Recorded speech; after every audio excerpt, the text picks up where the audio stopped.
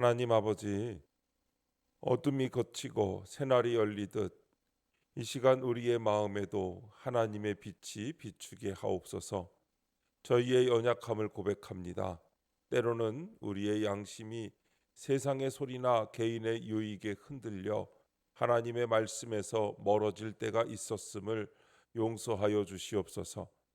부활의 산 소망을 입술로는 고백하면서도 우리의 삶으로는 온전히 증언하지 못했던 순간들도 있었음을 고백하오니 긍휼을 베풀어 주시옵소서.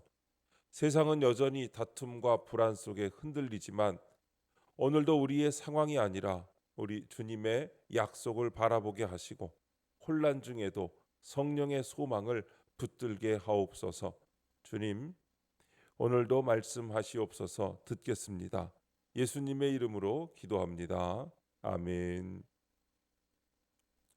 성경 말씀 사도행전 22장 30절부터 23장 11절까지 말씀입니다. 이튿날 천부장은 유대인들이 무슨 일로 그를 고발하는지 진상을 알고자 하여 그 결박을 풀고 명하여 제사장들과 온 공회를 모으고 바울을 데리고 내려가서 그들 앞에 세우니라. 바울이 공회를 주목하여 이르되, 여러분 형제들아, 오늘까지 나는 범사의 양심을 따라 하나님을 섬겼노라 하거늘, 대제사장 아나니아가 바울 곁에 서 있는 사람들에게 그 입을 치라 명하니, 바울이 이르되, 회칠한 담이여, 하나님이 너를 치시리로다. 네가 나를 율법대로 심판한다고 앉아서 율법을 어기고 나를 치라 하느냐 하니, 곁에 선 사람들이 말하되, 하나님의 대제사장을 네가 욕하느냐? 바울이 이르되, 형제들아, 나는 그가 대제사장인 줄 알지 못하였노라. 기록하였으되 너의 백성의 관리를 비방하지 말라 하였느니라 하더라. 바울이 그중 일부는 사두개인이요 다른 일부는 바리새인인 줄 알고 공회에서 외쳐 이르되, 여러분 형제들아, 나는 바리새인이요 또 바리새인의 아들이라. 죽은 자의 소망 곧 부활로 말미암아 내가 신문을 받노라. 그 말을 한즉 바리새인과 사두개인 사이에 다툼이 생겨 무리가 나누어지니, 이는 사두개인은 부활도 없고 천사도 없고 영도 없다 하고 바리새인은 다 있다 함이라. 크게 떠들새 바리새인 편에서 몇 서기관이 일어나 다투어 이르되, 우리가 이 사람을 보니 악한 것이 없도다.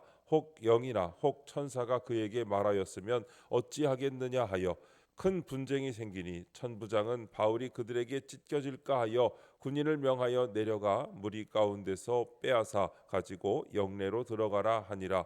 그날 밤에 주께서 바울 곁에 서서 이르시되, 담대하라. 네가 예루살렘에서 나의 일을 증언한 것 같이 로마에서도 증언하여야 하리라 하시니라. 아멘. 담대하라라는 제목으로 말씀의 은혜를 함께 나누겠습니다. 본문 요약입니다. 천부장이 진상을 알고자 공회를 엽니다. 바울이 공회 앞에서 자신은 양심을 따라 하나님을 섬겼고 부활로 말미암아 신문을 받는다고 하자 바리새인과 사두개인 사이에 다툼이 일어납니다. 그날 밤 주께서 바울 곁에 서서 로마에서도 나의 일을 증언해야 하리라고 하십니다. 첫 번째, 하나님을 섬겼노라. 22장 30절부터 23장 1절까지입니다. 천부장이 사건의 진상을 파악하고자 공회를 소집합니다. 과거 공회원의 일원이었던 바울이 이제는 죄인의 모습으로 이곳에 섭니다. 그러나 그는 범사의 양심을 따라 하나님을 섬겼다고 당당히 말합니다. 이는 자기 기준에 따랐다는 것이 아니라 하나님 앞에서 선한 일을 행했다는 뜻입니다. 모든 인간은 죄에 물들었기에 자기 양심으로는 선을 이룰 수 없습니다. 하나님 말씀을 기준 삼을 때 선한 양심으로 하나님과 이웃을 섬길 수 있습니다. 적용 질문입니다. 나는 내 양심의 기준을 어디에 둡니까? 나 자신입니까? 하나님 말씀입니까? 우리는 종종 내 양심에 비추어 볼 때라는 표현을 사용합니다. 그러나 조심해야 됩니다.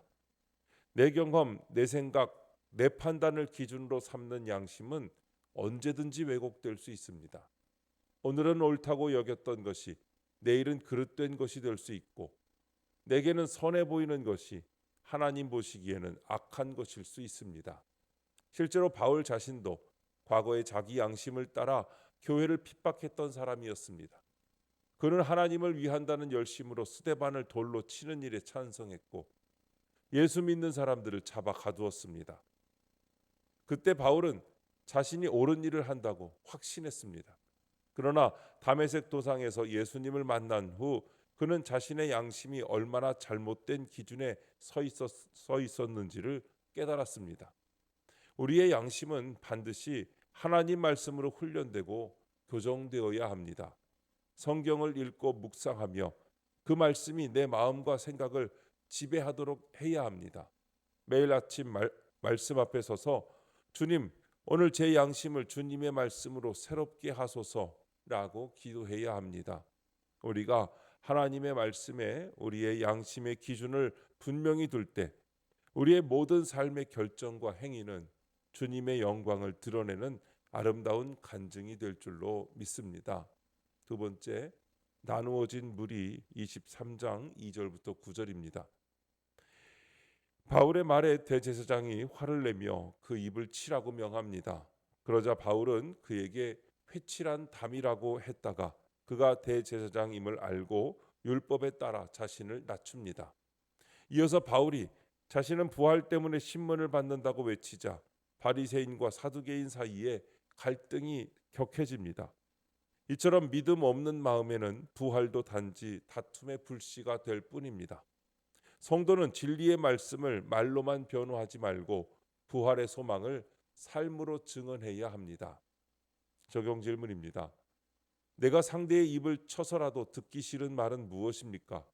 죽은 자의 소망인 부활을 전해야 할 사람은 누구입니까? 우리는 어떤 말을 들을 때 대제사장처럼 감정적으로 반응하며 상대의 입을 막고 싶어 합니까? 혹시 내 잘못을 지적하는 말, 내 자존심을 건드리는 말, 내 편안함을 흔드는 말이 아닐까요?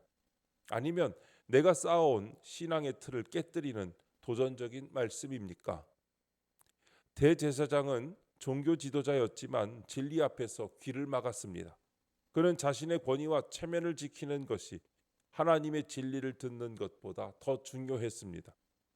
우리도 때로 이와 같지 않습니까? 성경 말씀이, 설교가, 형제 자매의 권면이 내 마음을 불편하게 할 때 우리는 은연중에 그 목소리를 차단하려고 합니다. 그건 너무 극단적이야. 시대가 변했어. 내 상황은 달라. 라고 변명하며 진리의 음성을 회피합니다. 그러나 진정한 성도는 듣기 싫은 말일수록 더 겸손히 귀를 기울여야 합니다. 오늘부터 이렇게 실천하시면 좋겠습니다. 누군가의 말이 내 마음을 찌를 때 즉시 반응하기 전에 주님, 이 말씀 속에 제게 주시는 진리가 있습니까? 라고 먼저 기도하시기 바랍니다.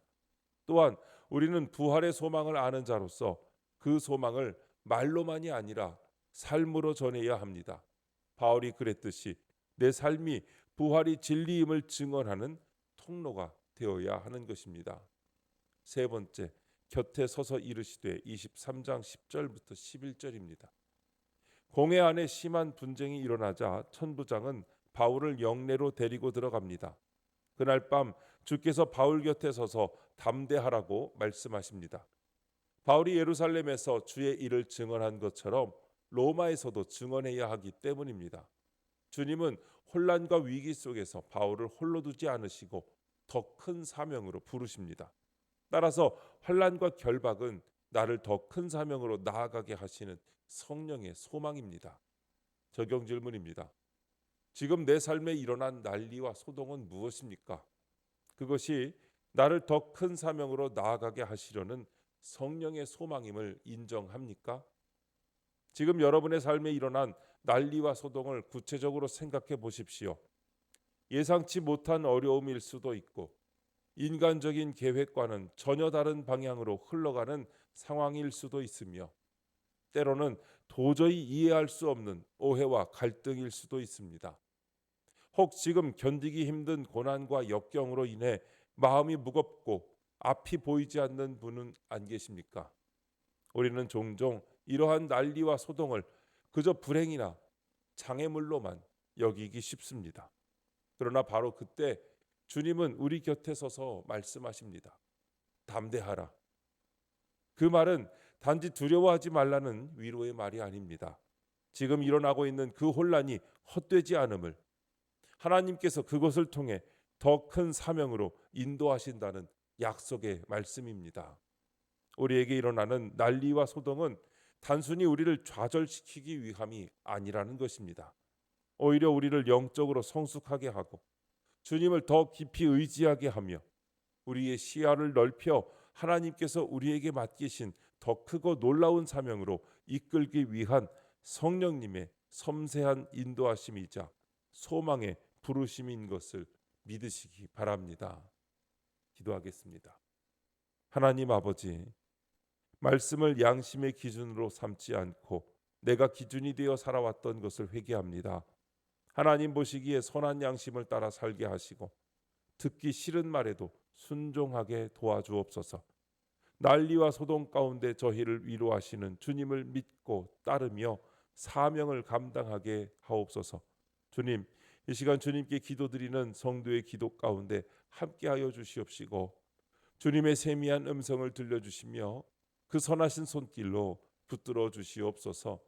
우리 주 예수님의 이름으로 기도드립니다. 아멘.